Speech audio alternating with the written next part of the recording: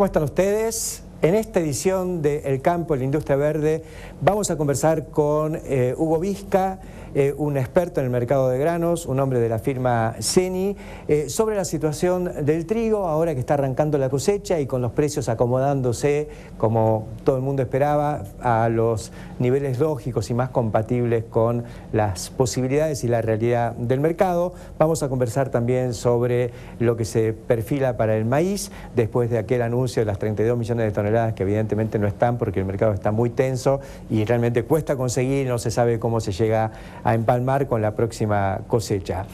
Vamos a también transmitirles algunas de las cuestiones que vimos en la reciente Agritécnica en Hannover. Ahí tuvimos una conversación muy profunda, muy interesante con Mario Bragaccini, el experto del INTA de Manfredi en maquinaria agrícola, un hombre que va asiduamente a este tipo de exposiciones y queremos compartir un poco con él cuáles son las tendencias que está percibiendo y ver en qué coincidimos y en qué no respecto de esto. También hemos visitado distintos stands, estuvimos con el de tractores chinos Chery, que tiene mucho interés para el mercado argentino. No hay tractores chinos en Argentina, sí los hay en Uruguay, algo en Brasil. Chery parece que está con ganas de instalarse por acá.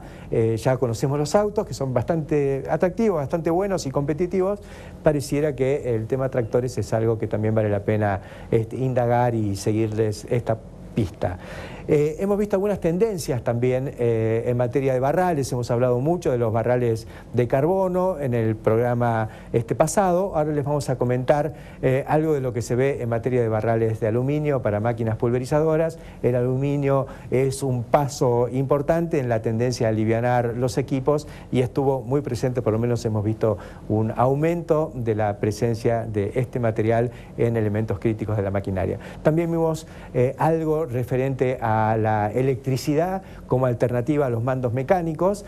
Vimos un tractor experimental de John Deere, otro de Fendt, y vamos a mostrar algunas imágenes de cómo funcionan las tomas de fuerza eléctricas en maquinaria agrícola y algunas otras cositas de este potpourri que pudimos percibir en Agritécnica. Y como siempre nos acompañará Jorge Castro con su visión de la situación internacional en materia de agroalimentos y el potencial que esto implica para nuestro país. Estos son entonces los temas y los invitados que vamos a compartir con todos ustedes en esta edición del Campo y la Industria Verde. Ya volvemos. Vamos a iniciar esta edición del Campo y la Industria Verde conversando con Hugo Vizca. Pertenece a la firma Ceni, corredor de cereales, un experto en el mercado de granos. Y Hugo, bueno, los dos grandes temas. Llegó la cosecha de trigo y pasó lo que muchos pensaban que iba a pasar. Los precios se acomodan un poquito de acuerdo a lo que sería el precio de exportación. Sí, se acomodaron duro, digamos. Sí. Si bien subió mucho el trigo, llegó a 4.300, 4.500 pesos a la tonelada, que era récord mundial. Sí. Como valor de trigo bajó, en consecuencia, bajó 3.000 pesos en un mes. Estamos menos de 1.500 pesos hoy. Entre 1.300 y 1.500 pesos se van acomodando los valores de acuerdo a la urgencia del molino, porque los compradores hoy son los molinos harineros, ¿no? Sí. Y a esos precios se están haciendo operaciones. Sí, bueno, la gente que está cosechando los trigos primicia, pensemos que la cosecha se empieza a generalizar fuerte a mediados de diciembre, pero todos estos trigos fueron los que trajeron un poco de oxígeno a la molinería. Se había puesto muy complicado, parecía. Más que complicado, ¿no? Era realmente... Que lo habíamos anticipado aquí hace unos meses, ¿no? Diciendo que no llegábamos. Que no llegábamos ni de casualidad. Bueno. Y algunos dicen que se importó, otros dicen que se contrabandeó y otros dicen ni. Total, Moreno no está, para no mentirlo. Está, bueno, pobre Moreno. Pues ahora todos no me peguen, soy Moreno, pero... Yo digo que no hay que hacer leña del árbol caído, podemos hacer chips. Hacemos chips. Ceni hace chips. Hace chips en esquina, en Corrientes. Sí, ¿Y qué destino le dan? Los chips, aquí en la industria local, la industria aceitera nos consume, ahí en el Gran Rosario, chips húmedo de pino para las calderas, que son especiales. Bueno, la nuestra en esquina es especial para recibir chip húmedo. Y hay otras que también Sí, bueno, y después va biomasa, eso va a Europa, ¿no? Fundamentalmente Italia. Venimos en bolsa ahora de 15 kilos. en bolsas de 15 kilos. Fíjate que estuvimos en Aguitécnica, en Hannover, y uno de los pabellones importantes se refería a todas las cuestiones de biomasa, energía de biomasa y demás, chips, pellet de madera, briquetas, máquinas para hacer briquetas, un tema fuertísimo. Es importante, es interesante, digamos, creemos que hay mucho futuro ahí, es un producto que antes se tiraba, es más, si pasan por la ruta 12 después de esquina a 10 kilómetros van a ver que está medio blanco, todo parece médanos de arena, y ese acerrín que se iba degradando ahí, ¿no? Qué fantástico. Pues esa es otra actividad de CENI que un día vamos a profundizar. Volvamos al tema entonces de los granos. Estábamos con esta situación del trigo que empieza a aliviarse un poco en función de que llega la cosecha y que se va a ir generalizando en las próximas semanas. Sí, por eso los niveles de precio del trigo nuevo, digamos, rondaban los $230 para los puertos de Río, un poquito más para los puertos de agua profunda de Bahía, digamos. ¿Y esos precios son competitivos para exportar? Sí. Frente a la situación actual, sí, los compra la exportación, de hecho. La exportación. Eso había llegado en su momento a $290. Pero ahí no se podía exportar. No se podía exportar, pero se operaba enero en esos niveles, ¿no? Poco para hacer posiciones. Ahora se calmó el tema trigo, pero está que arde el tema maíz.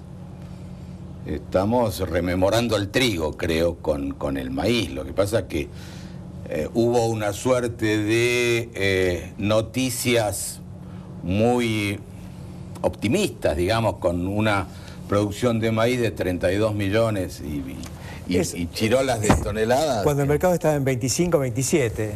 Menos, porque estaba la bolsa de Buenos Aires daba 24,5. La de Rosario daba 24,8. Y sale el Ministerio de Agricultura a dar 32,1.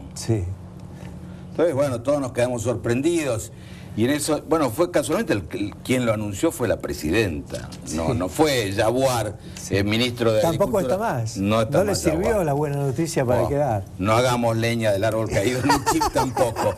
Pero Yaguar, lamentablemente, tuvo que darle alguna buena noticia a la presidenta en momentos previos a las elecciones, y salieron con los 32,1 millones de maíz, que nadie lo creyó. Más, nadie lo creyó. Y abrieron 3 millones de toneladas de ROE para exportar, y los exportadores no las tomaron. Digamos, ellos saben. Ellos toman 200 o 300 mil toneladas, cuando a su vez fueron comprando en el mercado y compraron 700.000 toneladas. Pero hoy el mercado interno está muy por arriba de la paridad de exportación, por lo cual los exportadores están vendiendo, entre otros, al mercado interno a retirar de los puertos. Claro. Notable, ¿no? O sea que se está... Lo complicado es que la situación del trigo se empezó a poner complicada o difícil hace 3 o 4 meses. Y para el maíz tenemos casi 6 meses por delante, porque recién estamos bueno, empiezan los maíces tempranos de Entre Ríos, fundamentalmente, que serían los trigos de noviembre o de octubre, pero que traen un poco de cierta tranquilidad a los compradores. Pero eso llega en febrero, a fin de mes. Febrero, mediados en adelante de febrero. Y vamos a llegar si llegamos. Con la lengua afuera. Lo que pasa es que los pollos comen todos los días. Entonces, si uno tiene pollitos y tiene toda la estructura hecha, obviamente, y le tiene que dar de comer. Se podrá cambiar. Yo conozco gente hace 15 días que me dijo, ¿dónde se puede conseguir maíz? Gente que tiene ponedoras y está produciendo huevos. Pero no solo la gente de la industria avícola, los feedlots, la industria de molienda húmeda, que es muy importante, están pagando precios. En San Luis, en Villa Mercedes, se llegó a pagar $195 diciembre-enero por maíz. Cuando Chicago está en 160. No, bueno, no hablemos. La diferencia con Chicago y el precio de paridad de exportación no cierra nada.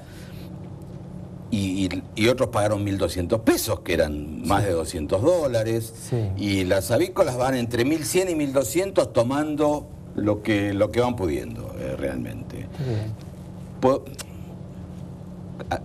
A diferencia del trigo, que el pan se hace con trigo y no hay otra, salvo el mijo de los 50, pero el maíz puede ser sustituido Incluso por trigo de mala calidad. Por trigo, por cebado, por lo que fuere. Sí. Sorgo, que tampoco hay mucho. Pero sí cebada y trigo. En definitiva, no es el ideal del avicultor o del feedlotero, pero bueno, lo suplantan. Sí. No ese es el caso de la industria de la molienda húmeda. Claro. Molienda húmeda no tiene más remedio que apelar Maíz a o maíz. Claro. Sí, seguro. Bueno. Qué momento, ¿no? O sea que en esta transición política, con los cambios de gabinete y demás, nos encontramos con que hay un nuevo jefe de gabinete como Capitanich, aparentemente que entra con mucha fuerza o en cierta puja, o no se sabe bien qué, con el ministro de Economía, pero se encuentran con que quieren dólares y no tenemos producción. Lamentablemente hasta abril del año que viene, donde va a venir la gruesa, es muy fácil. Digamos, a un nivel de 100 millones de toneladas en Argentina, hay 20 de fina, 80 de gruesa. Sí. Estamos en las 20, o sea, las 80 vienen a partir de abril. Sí. El grueso de los dólares, Dios mediante, y que el clima venga bien, como está viniendo, en general, salvo algunas zonas del NOA, que sigue sin llover, complicado, después de 2 años muy complicados, y no ha llovido todavía, no ha llovido bien, 50 milímetros no es lluvia ya a esta altura del año, pero en general toda la pampa húmeda está con buenos niveles de humedad. Claro, y eso se está expresando en una intención de siembra importante, ¿cómo lo están sintiendo? Y se están haciendo forwards, ¿qué está haciendo la gente? Bueno, intención de siembra es importante. El tema del forward, hay números mágicos para el forward. Sí. La soja de $300, que en otro momento era 350, hoy es un número mágico. Dispara operaciones. Y eso dispara operaciones. Lo que pasa es que hoy en día con $160 el maíz es más negocio hacer maíz que hacer soja. Ustedes piensan así. Habitualmente es lo que piensan los productores. Habitualmente la relación soja-maíz, la tradicional, la histórica, era 2,09. De maíz era 1 de soja. Ahí tendríamos que estar la soja en $330, que no llega. Así que en esos términos sigue conviniendo el maíz a pesar de que tiene mayores costos. Y sobre todo, teniendo una buena cosecha, los rendimientos de maíz de 10.000 kilos hoy son, digamos, en zonas, zonas buenas, es más que normal o habitual, ¿no? Hacía ese comentario respecto de que el clima ha sido bastante benévolo en estas últimas semanas y han permitido recuperar humedad. ¿Eso es general? ¿Eso es en provincia de Córdoba, en Entre Ríos? Sí, bueno, en el sudeste ya venía muy bien, digamos, eso venía, lo regaban una vez por semana. Todo lo que era el centro de Argentina, el oeste de Buenos Aires, La Pampa, que era un poco la zona más complicada, hasta Córdoba, incluso y Santa Fe, le ha llovido muy bien. Tuvieron lluvias de 200 milímetros en Córdoba. ¿Ha habido recarga del perfil? Sí, totalmente. No, hoy, como digo yo, no pasemos de la sequía del camello a la canoa, pero bueno. Estamos mejor. Desde ese punto de vista se perfiere una buena campaña y no hay nubarrones, no hay meteorólogos o climatólogos. Nadie opina que venga una sequía como el año pasado, el anteaño. Está bien. ¿Y para NOA qué se espera? También se espera. Lo que pasa es que llueva, pero no llueve. No hay 2 sin 3, dicen otros, pero 2 años seguidos de sequía. Que se habían dado en el Chaco también, en el NEA. En el NEA está lloviendo y muy bien. Y no en el NOA todavía. Estamos confiados, tenemos fe de que va a llover. Al que le llovió bien en el NEA es a Capitanich. Bueno. Pues yo digo, él es un emergente del fenómeno de la expansión agrícola del NEA. Pero tuvo 2 años duros. Sí, tuvo 2 años duros. Muy duros, muy duros. Pero ahora le llovió. Sí, parece, pero se fue, se vino, no se fue, se vino para Vamos acá. A ver cómo le va para Buenos Aires, pero acá. Esperemos que bien, porque en definitiva es para bien de Argentina. Capitanich es un hombre que conoce de lo nuestro.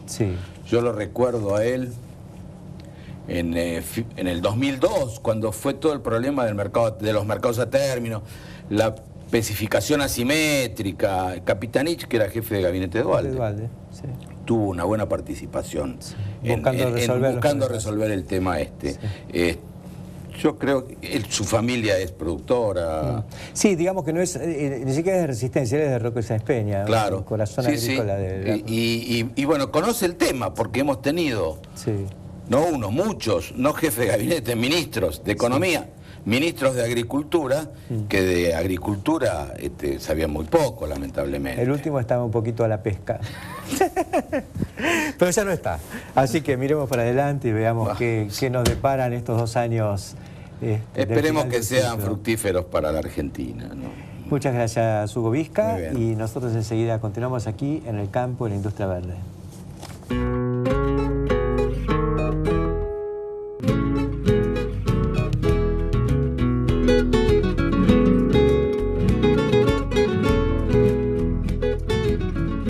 Y otro de los asiduos y permanentes, más que asiduos, es Mario Bragaccini.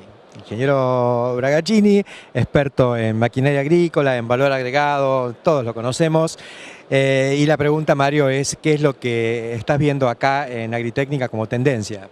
Bueno, una exposición de casi 25 hectáreas cubiertas, 36 salones, todo lo que hay en maquinaria agrícola a nivel de desarrollo europeo se ve aquí, no solamente de Europa Central, sino que hay expositores de 40 países, 2.900 expositores, hablan las claras que es uno de los lugares donde se concentra toda la ciencia, la tecnología y la innovación.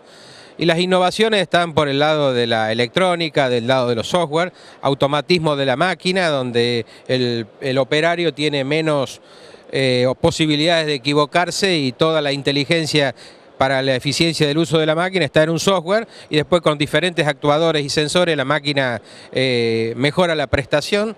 Creo que en la parte de siembra nosotros tenemos mucho para aprender acá en el tema de todos los trenes cinemáticos gobernados eléctricamente, porque eso elimina cadenas, cajas y simplifica todo lo que tiene que ver con la agricultura de precisión. Toda la información de un software va por un cable CAN-bus, entonces lo hace mucho más racional a todo lo que sea la complicación que le queremos hacer a la máquina desde el punto de vista de la agricultura de precisión. Esto lo facilita, lo reduce y lo hace mucho más racional. Elimina por ahí interfaces mecánicas, digamos, muchas cadenas cinemáticas muy largas simplifican por tener un motor o un actuador eléctrico. Exactamente, y bueno, entonces le da la libertad al agrónomo que pretende que la máquina haga cosas como cortar por secciones. Aquí hemos visto máquinas que reducen, sabemos que cuando una máquina dobla, gira, la parte extrema del botalón tira menos producto que la parte interna.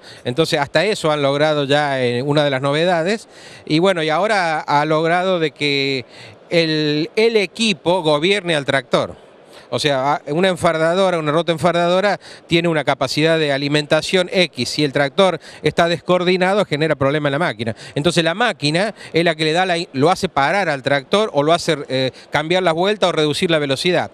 Lo mismo las picadoras. Las picadoras uno pone el motor a 80% del rendimiento y hay picadoras acá que aumentan o reducen la velocidad en función de que el motor siempre esté en el 80%. O sea que la inteligencia del equipo ya llegó a gobernar al tractor. Bueno, la cosechadora también, un poco con el nivel de pérdidas que uno preselecciona, maneja la carga, que es la velocidad de avance. Exactamente, hay esos equipos que regulan la velocidad en función de que la carga sea constante y eso mejora la eficiencia de trilla, separación y limpieza y como vos bien decís, las pérdidas. Y en el caso de CLAAS en particular, hemos visto que todo esto es capacitar al operario. Y entonces han generado un software que simula todas las posibilidades de aprendizaje que debe tener un operario de una máquina y bueno, lo puede hacer en el invierno cuando está al vicio y no subirse a la máquina y aprender cometiendo errores. Así que es muy, muy importante todo eso. Mario, lo que estamos viendo, sobre todo acá en el pabellón 12, que es donde está el stand argentino, hay una concentración fuerte de todo lo que es trabajo de presiembra, digamos, de laboreo, preparación del suelo. Nosotros que recreamos la siembra directa y la impulsamos tanto, debiéramos hacer una reflexión al respecto. ¿Europa está en un camino equivocado, no pueden hacer otra cosa o nosotros nos fuimos de mambo con la directa? Bueno, la directa creo que está al estilo argentino, con 2 cultivos al año, con rotación de cultivos, gramíneas, oleaginosas, leguminosas, con 0 labranza y cobertura de residuos. A nosotros nos ha posibilitado aumentar rendimientos 20-30%, que en algunos casos posibilitan duplicar la ganancia. Entonces yo creo que es muy importante. Y si eso lo hacemos conservando el agua, conservando los recursos y haciendo una mejor huella del carbono, una mejor huella hídrica, una mejor huella de los alimentos, realmente creo que estamos muy evolucionados con respecto a lo que se hace aquí en Europa, donde la labranza y la industria pasa por gastar tractores, y la labranza es la mejor manera de gastar tractores. Y gasoil. Y gasoil, y entonces indudablemente creo que por eso que aquí nuestras máquinas se venden con el know-how del aprendizaje de hacer una agricultura sustentable, conservando los recursos naturales, más eficiente. Y bueno, yo creo que de a poco Europa, a $100 el petróleo y a las exigencias que se está dando del valor de los commodities y el valor de los alimentos, tarde o temprano Europa va a tener que entrar en algún sistema de siembra directa. Indudablemente que la nieve y el hielo no hace de que el modelo argentino se pueda extrapolar en el 100% aquí, pero hay adaptaciones y nosotros estamos trabajando en Ucrania, estamos trabajando en Kazajstán, en Rusia, en Italia, en Francia, aquí en Alemania, con buenos resultados. Por supuesto que tiene que haber gente que esté dispuesta a vencer obstáculos que genera el cambio, y bueno, para eso hace falta concientizarse de que uno tiene que hacer una agricultura sustentable, sostenible y amigable con el ambiente. Acá no hay una preocupación tampoco por lo económico, y la preocupación por lo ambiental es más declamativa que otra cosa, porque realmente hemos visto en algunos videos y trabajando en el campo, se ve uno de estos trenes de arado, rastras y luego la siembra, y atrás unos molinos eólicos. Ellos dicen que eso es agricultura ecológica. Sí, totalmente de acuerdo con lo que decís, y todo el tema de la incongruencia más grande está en los motores TIR 4 y con inyección de urea, que cuesta más el sistema para generar menores poluciones. Mientras que, como vos bien decís, está tirando o está traccionando un arado 400 caballos de fuerza, y que la polución cero no existe. Y yo siempre le digo en las charlas de manera un poquito irónica que nosotros tenemos el TIR 5. Entonces la gente se queda preguntando ¿qué? El TIR 5 es el motor parado. Es el motor que no se usa, es el motor que le da a la siembra directa, que nosotros reducimos el uso del tractor. De 4 motores 1. De 4 motores 1, y reducimos el consumo de combustible por tonelada de alimento producido en aproximadamente un 45%. Mario, vos das una charla acá en Agritécnica, contanos de qué. Bueno, precisamente venir a contar cómo hacemos sustentable una producción de 105 millones de toneladas, y por supuesto todo lo que hacemos en carne, en leche, con la manera más sustentable, pretendiendo de que ese know-how se imite en otros países y que nosotros seamos proveedores de esa tecnología a través de la maquinaria agrícola. Creemos que nuestra charla de siembra directa, de agricultura de precisión, de silo bolsa, de rotaciones de cultivo, tiene mucho que ver con decir, bueno, yo compro una máquina argentina y compro el know-how de muchos técnicos argentinos que pueden hacer un sistema productivo mucho más eficiente y sustentable.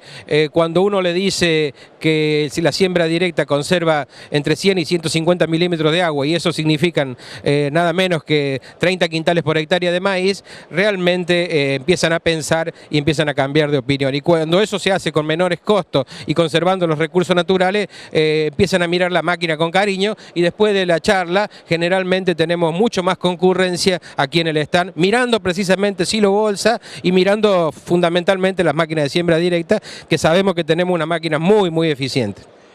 Hablaste de agricultura de precisión en la Argentina, de silo bolsa, de siembra directa. Para mí hay otro elemento muy importante que incluso está en la exposición, que son los barrales súper livianos hechos en fibra de carbono. ¿Qué comentario al respecto? Bueno, lo voy a mostrar en la charla. Creo que es una innovación. Hemos llevado a gente experta de Bélgica, de España, de Italia, a verlo para ver qué opinaban, y realmente todos opinaron de que es una 36 metros de ancho de labor, es una herramienta muy importante para mejorar la eficiencia de aplicación, mejorar la capacidad de trabajo, y si pensamos que hay un prototipo de 45 metros, nos ponemos un poco más contentos, y bueno, lo han visto todo. Y también hemos visto que al lado del stand hay otro proveedor de un barral de fibra de carbono, y entonces a veces cuando no se es único, se es más fácil introducir una técnica. Así que bueno, y nos están imitando, quiere decir que vamos por la buena senda. Gracias, Mario, por tus comentarios, y nosotros continuamos con esta recorrida por Agritecnica 2013.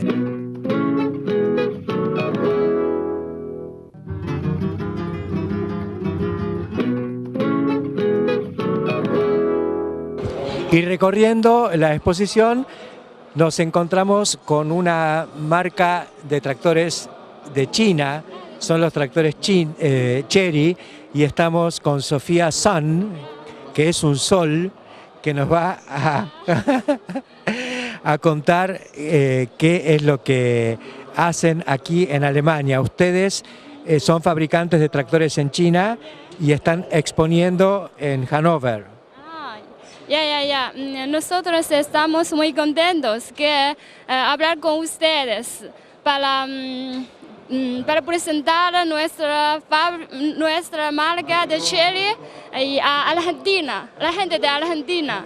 En Argentina son conocidos los automóviles Chery. Hay autos Chery en la Argentina, carros. Claro, porque como usted sabe que Chery es una marca muy grande, no solo para vehículos, así ahora también para los equipos agrícolas. ¿Hace mucho que fabrican equipos agrícolas? ¿Hace muchos años que están en el mercado agrícola? Claro, porque ahora nuestro mercado principal es en China, porque usted sabe que China es un muy grande mercado, pero y ahora estamos haciendo mucha promoción de ventas al mundo, y entonces hoy estamos en Alemania para la exposición. Entonces creo que en el mundo vendemos muchísimos tractores y otros equipos al mundo. Creo que a la Argentina también. Sí, sé que en la Argentina están los autos y posiblemente en el futuro también los tractores. Así. Sí. Y ahora también tenemos un cliente grande de Argentina. Y también para Brasil, sí.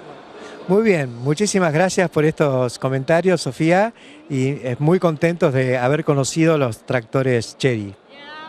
Ok, gracias. Y continuando la recorrida por Agritecnica 2013, nos estacionamos un ratito en el stand de Lenken, una de las grandes empresas alemanas, muy característica, otra empresa familiar en todos los rubros de la maquinaria agrícola para la Unión Europea y fundamentalmente para Alemania.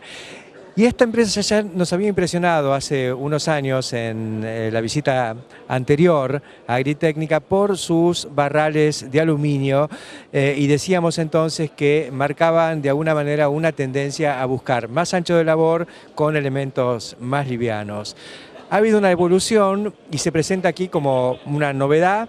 Un barral de unos 20 metros de ancho para una máquina de arrastre realizado en aluminio. No deja de ser interesante, el aluminio se empieza a ver en barras de pulverizadoras y en algunos otros elementos de la maquinaria, pero la novedad en Agritecnica ha sido el barral de carbono que presentó PLA y que es construido en la Argentina por King Agro, y que indudablemente, por lo que hemos podido detectar, viendo la cantidad de gente, sobre todo gente de las empresas de pulverizadoras interesadas por este nuevo material. Este barral está realizado en tramos de 3, 2 y 3 metros, 4 tramos en este caso, 4 del otro lado, con lo cual se logra la dimensión esperada, alrededor de 10 metros cada ala más el central. es interesante el sistema de articulación y el sistema de plegado. Hay un sector de Agritecnica que se dedica a mostrar tendencias, novedades, conceptos nuevos. Aquí encontramos algo que creo que puede tener un interés muy grande. Es un desarrollo que está haciendo John Deere en Alemania de un motor multicombustible que puede trabajar con todos los combustibles agrícolas conocidos, gasoil, biodiesel, pero también con aceite y en cualquier proporción. Puede trabajar con de 0 a 100 biodiesel, de 0 a 100 gasoil o de 0 a 100 aceite. La idea de ellos es que muchos productores pueden llegar a producirse su propio combustible en el campo con un sistema de extrusión. Acá en Europa lo están estudiando y avanzando con la colza, que es su biocombustible preferido. Y esto lo están incluyendo dentro de lo que ellos llaman biocombustibles de segunda generación. Si bien se basan en las mismas materias primas anteriormente dedicadas de manera exclusiva a la alimentación, lo incluyen como si fuera segunda generación de biocombustibles. Creo que es algo interesante, aparentemente no requiere ninguna modificación de la parte interna del motor, aunque sí un controlador electrónico y un sistema de filtro un poco diferente, pero se trata de una adaptación que se puede realizar a cualquier motor, según nos dicen, de tecnología Common Rail.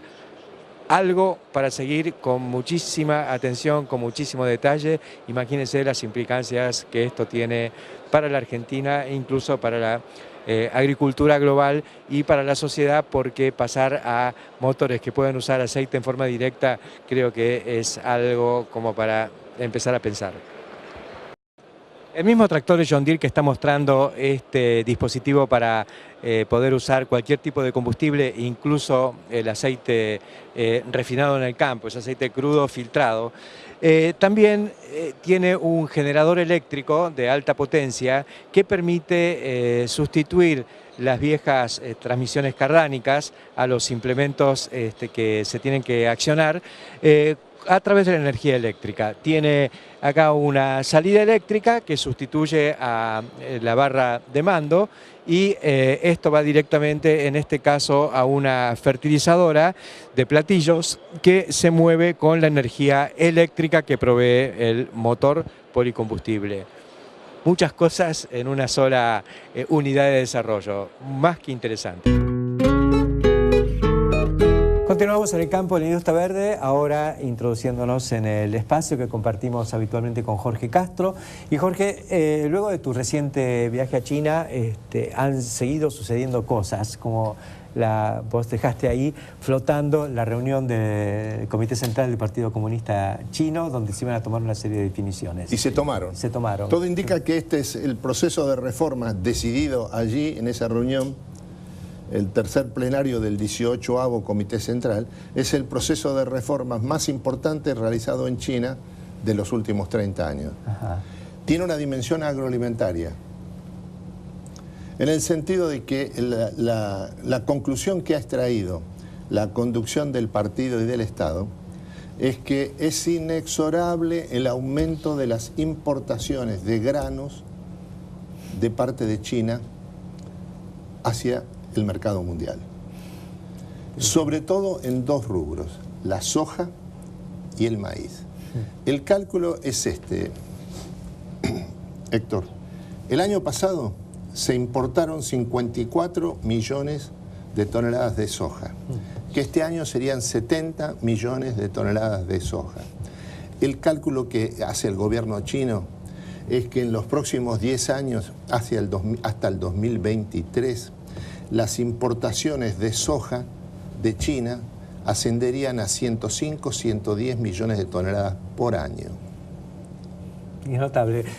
Nosotros, volviendo de Hannover, de Agritecnica, nos encontramos con una delegación argentina que se subió al avión en París. Ellos venían de China, una misión muy importante de gente del sector agroindustrial, incluso muchos cordobeses. Sé que el gobernador de Córdoba, José Manuel de la Sota, había ido a Shanghái y a Pekín y dio conferencias allá, y todos vinieron diciendo, es impresionante lo que están pidiendo, desde maíz para pochoclo, hasta harina de soja, hasta destilados de granos húmedos o secos, perdón, de la industria del etanol. O sea, una aspiradora. Una aspiradora. Lácteos, carne. Ahora, una aspiradora, ¿qué significa? Esto lo que mencionábamos recién es lo que significa en materia de soja. Sí. 100 millones, 110 millones de toneladas por año a partir del año, en el 2023 y en adelante. 2 cosechas argentinas actuales. 2 cosechas argentinas por año.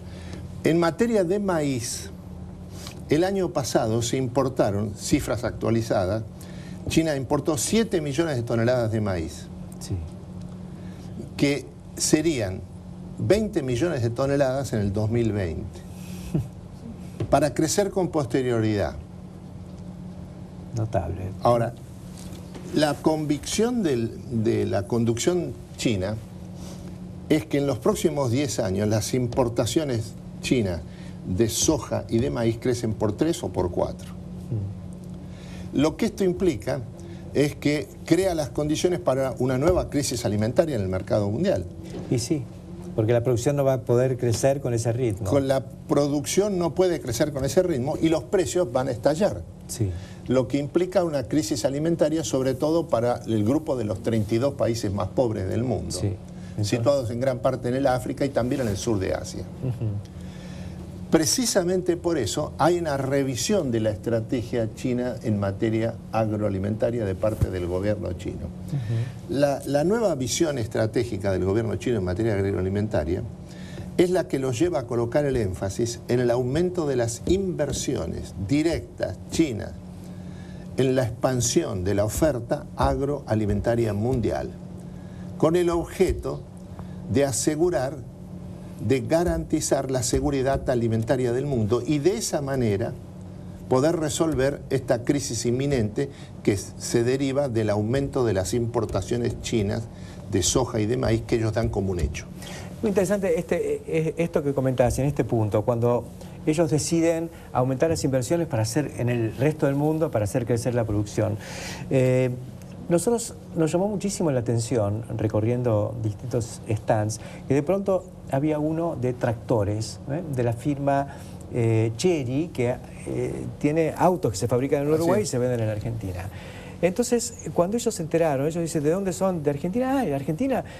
Y enseguida vino un jefe a hablar, sí, en Argentina tenemos mucho interés y queremos entrar con tractores en Argentina. O sea que es como que China busca expandirse hacia el interior de los grandes países agrícolas. Exactamente, de los grandes, y no son muchos. No, no son muchos. Esto es Argentina, Brasil, Uruguay, Paraguay, es Sudamérica, es donde hay. Y estarán haciendo algo en África, pero da la impresión de que... Y Estados Unidos. Bueno, por eso aumentan las inversiones chinas en el sector agroalimentario. Por eso la compra del frigorífico Smithfield. De Smithfield, el gran complejo de cerdos y pollos, uno de los más grandes del mundo, que lo compraron los chinos. Con el objetivo de aumentar su producción para que a su vez aumenten las exportaciones de ese complejo sojeros, carne de cerdo, a China. Claro, es decir, además de lo que van a comprar de harina de soja y de maíz como insumos, están comprando productos terminados hechos con esa soja y el agua con la que se hace esa soja. Ahora, un punto que me gustaría señalar, Héctor, es este. El gobierno chino ha informado, lo ha hecho el primer ministro, que prevé importar por 10 billones de dólares en los próximos 5 años. ¿Qué son 10 billones? Cada billón es un trillón norteamericano, es 1 millón de millones. Pero falta agregar que además de esta previsión sobre la importación de 10 billones de dólares de importaciones en los próximos 5 años, lo que prevé también en este periodo de 5 años es realizar inversiones en el exterior por 500.000 millones de dólares. Una parte significativa de esas inversiones en el exterior van a ser inversiones destinadas a aumentar la oferta agroalimentaria mundial, sobre todo en los grandes productores de agroalimentos con mayor capacidad y potencial de despliegue, sobre todo en materia de productividad de lo que se refiere a la producción de agroalimentos. Son básicamente Estados Unidos, Brasil y la Argentina.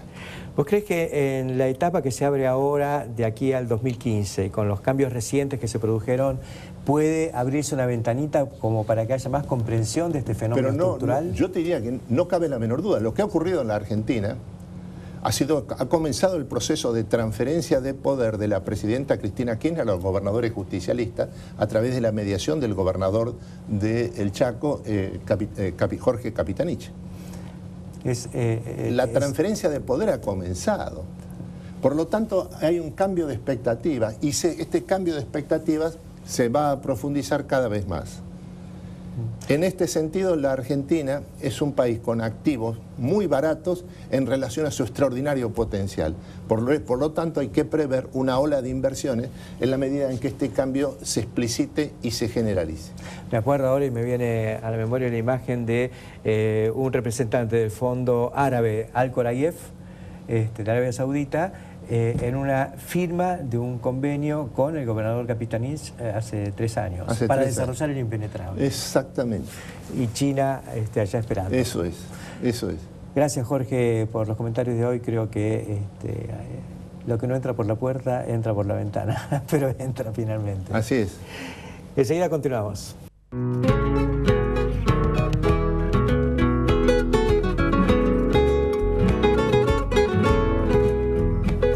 A modo de cierre y de reflexión final de esta edición del Campo de la Industria Verde, quería retomar un poquito lo que conversábamos recién con Jorge Castro respecto a la nueva situación, al nuevo escenario en el que se desenvuelve la situación política y económica en la Argentina, frente a un panorama internacional que es abiertamente interesante, sobre todo a partir de este fenómeno de la demanda de los países en vías de desarrollo, fundamentalmente China.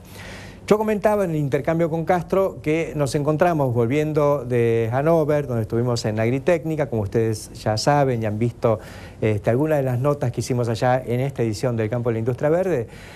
Nos encontramos en el avión con un grupo de argentinos, una delegación importante que venía de China, una misión comercial, muchos empresarios agroindustriales de la provincia de Córdoba, de empresas de primera línea, de pymes, de productores que están haciendo sus pininos en la exportación, todos sorprendidos por lo bien que les fue, por lo que han percibido como una demanda muy, muy consistente.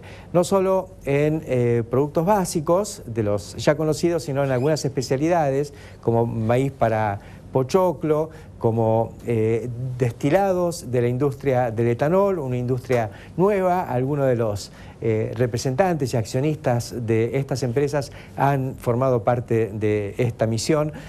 Fue el gobernador de Córdoba, José Manuel de la Sota, que dio un par de conferencias. Evidentemente, la provincia de Córdoba está, junto con la de Santa Fe, también liderando claramente esta visión de que el desarrollo de esa provincia tiene mucho que ver con su potencial agroindustrial. Lo que implica todo, digamos, lo que implica una corriente de inversiones en el upstream, digamos, corriente arriba, como por ejemplo, ahora una fábrica como Pauni, por ejemplo, está poniendo motores ya fabricados en Jesús María, en Córdoba, los MWM, lo que va mostrando cómo se imbrica la industria de insumos y equipos con el destino final de la producción hacia el mercado internacional. Muchas veces vemos a un poroto de soja o un grano de maíz como un producto primario y sin embargo está llevando cada vez que se carga un barco con esto un poco de tractor, un poco de motor, un poco de neumáticos y toda la composición que implica llegar con esto. La demanda está, la oferta está contenida porque el modelo en el que nos hemos desenvuelto en los últimos años ha sido absolutamente restrictivo.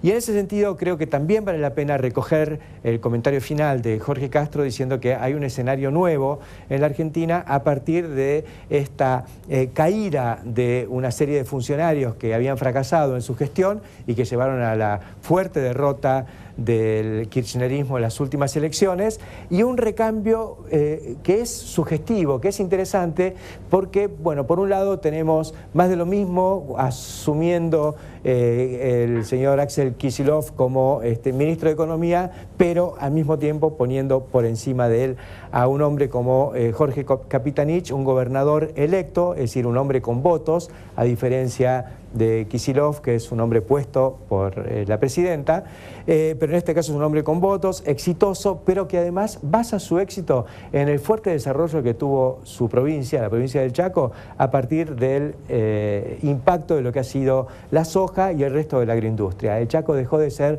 una provincia dependiente del algodón para ser una provincia muy integrada y muy diversificada en su matriz productiva, con la banderada que tiene toda la producción pampeana, que es la soja, que hoy pasó a ser un producto muy importante, que hace decisivo en la provincia del Chaco. Pero esa provincia también tiene ahora una bolsa de comercio, también tiene un centro genético, también tiene una poderosa industria ganadera, está desarrollando la industria avícola, la industria porcina. Es decir, está mostrando que es posible un modelo de desarrollo basado en las ventajas competitivas, más tecnología y conocimiento aplicados en ese desarrollo. Creo que es muy interesante que de cara a este final de ciclo K, en los 2 años que quedan, estemos con un panorama que quizá signifique ver una lucecita al final del túnel. Esto no significa que las cartas estén dadas, que la taba haya caído del lado correcto, sino simplemente que hay una expectativa favorable, por lo menos para transitar el tiempo que queda frente a lo que aparecía como realmente muy problemático, lleno de nubarrones hasta hace 15 días. Hasta la semana que viene.